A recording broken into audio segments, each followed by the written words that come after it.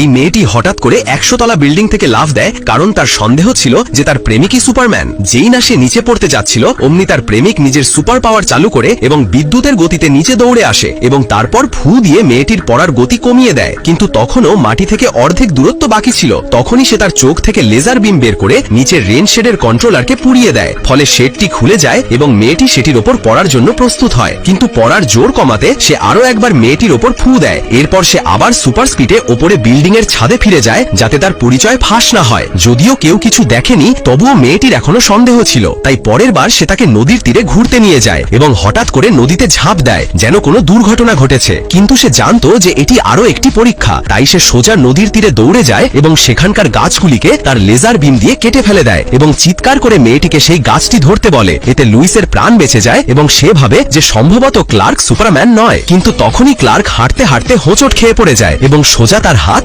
জ্বলন্ত আগুনে রেখে দেয়। ভয়ে লুইস সঙ্গে সঙ্গে তার দিকে ছুটে যায়, কিন্তু যখন দেখে যে ক্লার্কের হাতের কিছুই হয়নি, তখন সে অবাক হয়ে যায়। এখন তার সন্দেহ আবার নিশ্চিত হয়। পরের দিন সে শেষ পরীক্ষাটি করে। সে ক্লার্কের দিকে সরাসরি গুলি চালায়, কিন্তু গুলি লাগার পরেও যখন তার গায়ে একটা আঁচড়ও পড়েনি, তখন ক্লার্ককে সবকিছু বলতেই হয়। সে হাসে এবং বলে, হ্যাঁ, আমিই সুপারম্যান। এরপর সে লুইসকে নিয়ে সারা পৃথিবী ভ্রমণে